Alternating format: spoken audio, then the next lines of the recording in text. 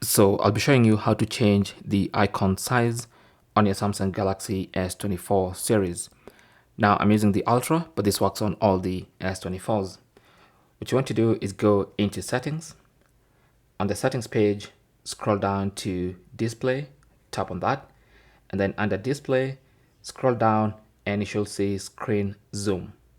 Now, if you select that, you should see this messages preview, and screen zoom is basically a feature that allows you to make everything bigger or smaller on the screen. Now, it's not only going to make the icons bigger, it's going to make everything else bigger. The text bigger, the area each app occupies bigger, all that. Okay, so for instance, let me increase that twice. Then once I increase that, if you now go back, you should see everything now looks a little zoomed in. Okay, so everything is bigger, including the icons. You can see they're much bigger than they were. Now, if I go back and reduce just to compare, let's go back to screen zoom and go back to where we were, and then look at the icon size. You can see they are smaller.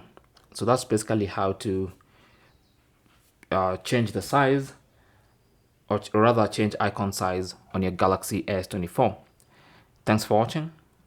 Comments and questions down below, and good luck.